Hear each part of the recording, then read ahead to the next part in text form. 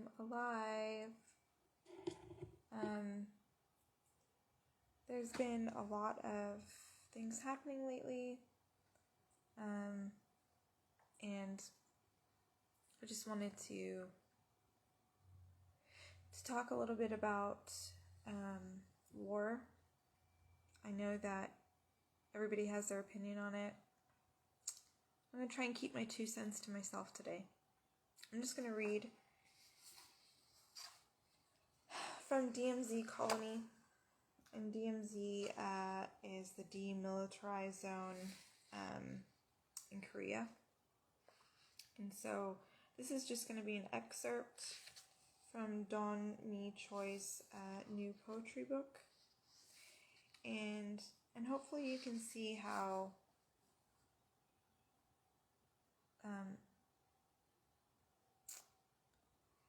war can really affect people in a nation.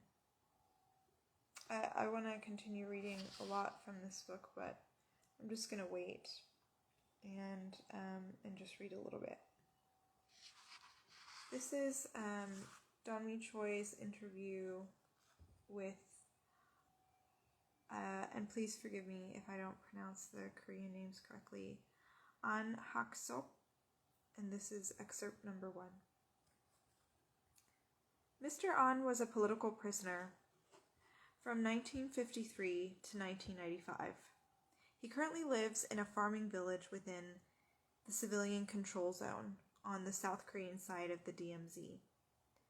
The CCZ was created by a U.S. Army commander in 1954, after the Korean War, and it remained relatively unpopulated till the 1980s.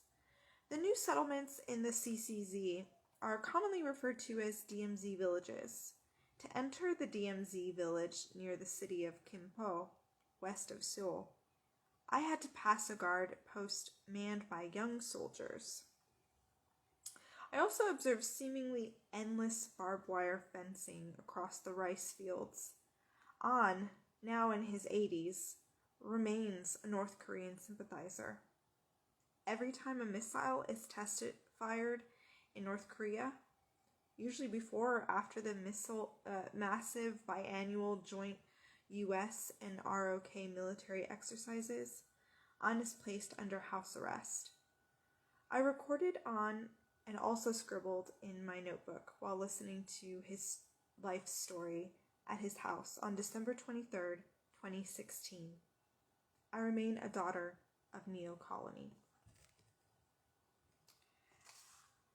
So, Mee Choi was born in Korea, but then later moved because of all the war that was happening. And she went back to document a lot of what was going on over there when she got older. And I'm going to continue. This is page 20, by the way, just so you know. And this is An's voice, so this is his voice that she translates to English. I was born in Gangwon Province, finished my elementary education, then the liberation. I really thought that Korea was liberated. I hid in a den during the day and came out only at night. Then the liberation. I was told that I could come out because we were liberated. I felt at the time that this really was the world, but it didn't last long. Soon I was on the wanted list. I couldn't attend school regularly in Seoul. Later, Kaesong, then the Korean War. I was swept here and there during the war.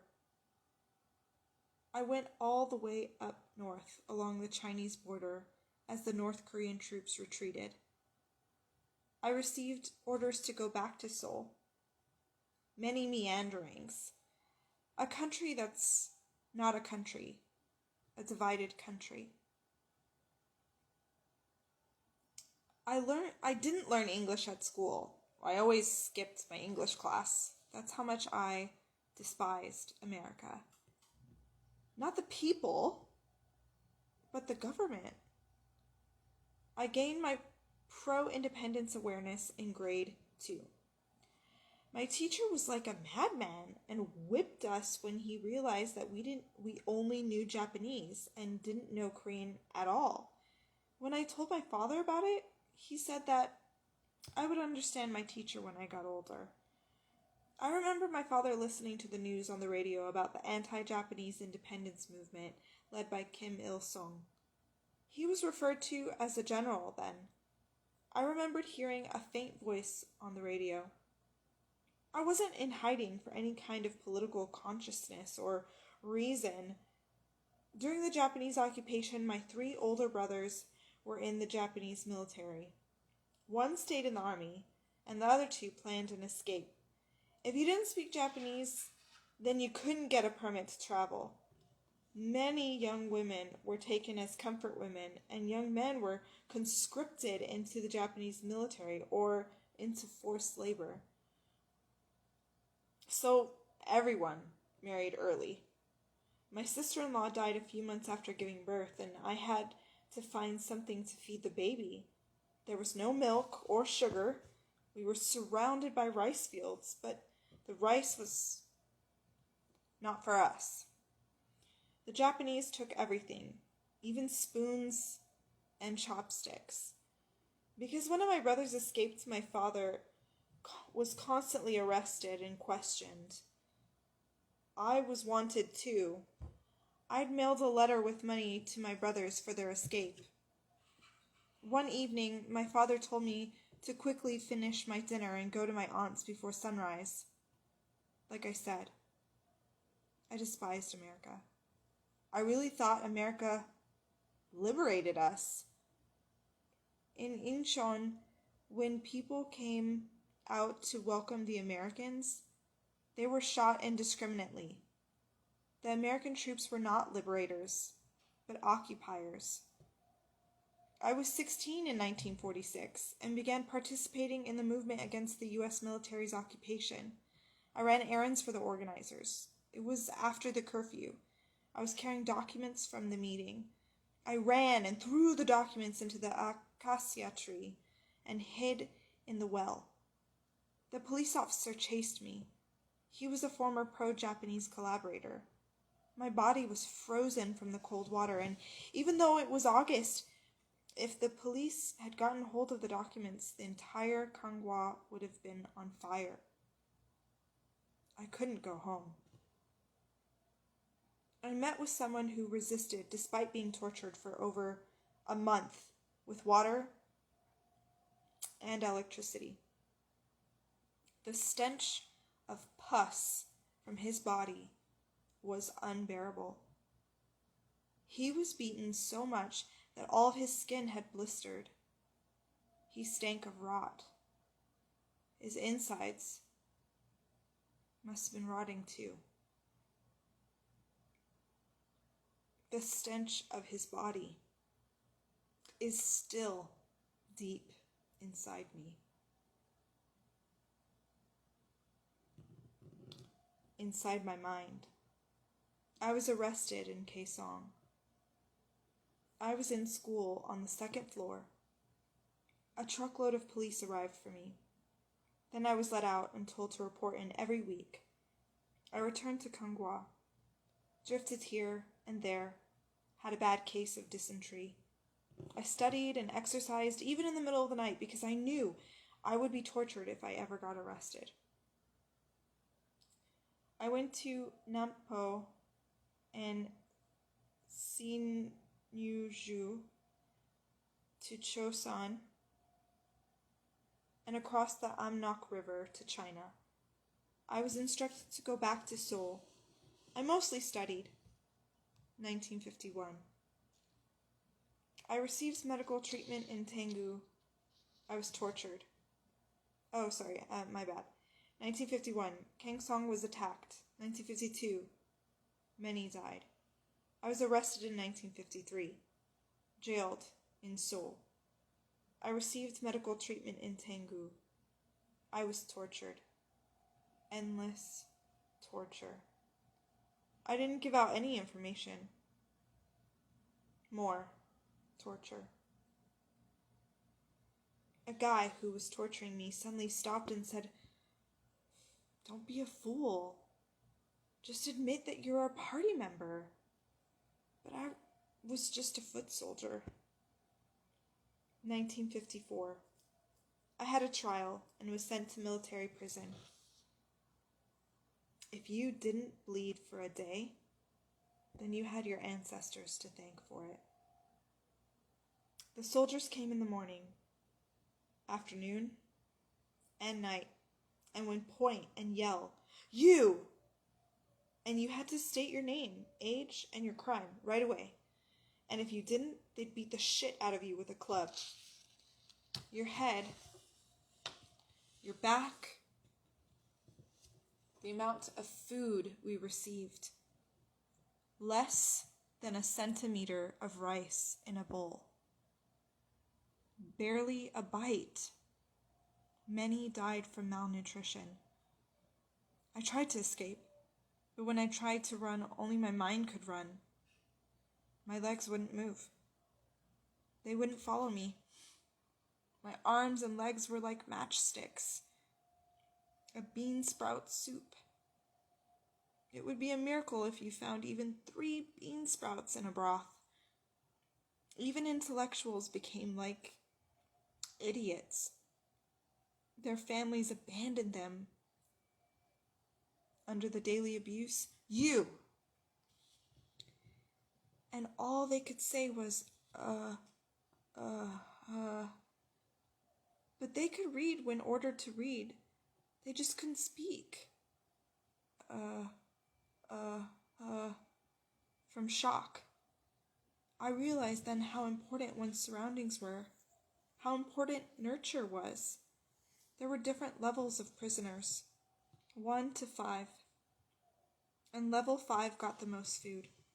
A medic in charge made a public announcement that even an overweight person who lived on the food rations of level 5 would die from malnutrition within a year. 1956. Will you change your political view or not? If not, write down your reason. Those of us who refused to change our political view were beaten. 20 to 22 of us were packed in a tiny cell that was big enough for only 8 people. We weren't allowed to lean our backs on the walls either. We were deprived of many rights. No visitation, no letters, no medical care.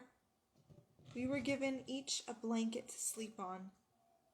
This is going to sound like a lie.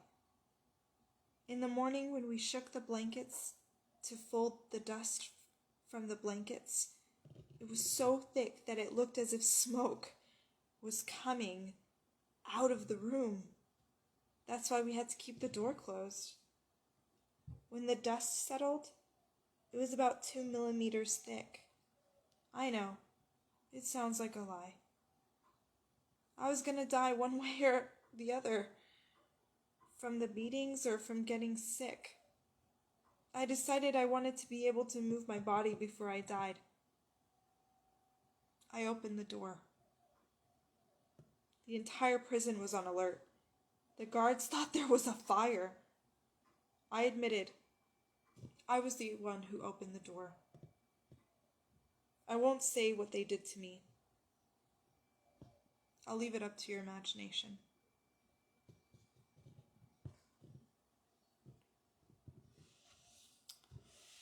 I'm going to stop there. It's really hard to read. Whatever political side you're on,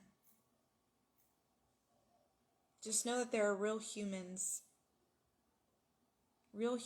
at the end of every war, at the beginning, in the middle. Talk of peace is not easily exercised or enacted. I know that. Do I have the perfect solution? No, I don't. But I do think it's important to read people's stories, to humanize people, because everybody's individual stories are important. And we're all siblings on this planet, and we need to figure out how to coexist. And I know it's not easy to just say that when there's generations and centuries of hate and division.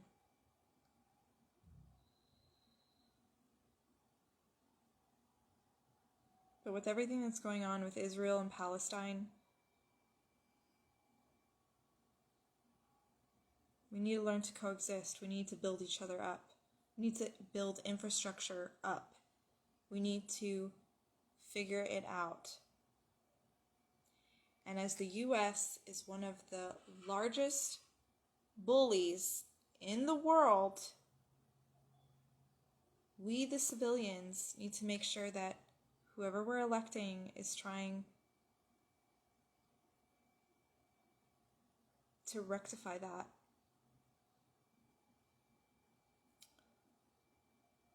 And I'm not going to say my stance on anything, just that I believe in love, and I believe that nobody should be displaced, ever. Doesn't matter who started it or who ends it. We need peace. We need love. There are real people out there that are getting their homes taken away, their children taken away. I know there's a lot of history, but we need to find a way to bring some loving here today. Instead of picking sides and choosing sides. Okay, that's a lyric, but I felt it was appropriate. Anyways, I'm going to stop now, but appreciate you, whoever watches this, and let's just all try and figure it out together.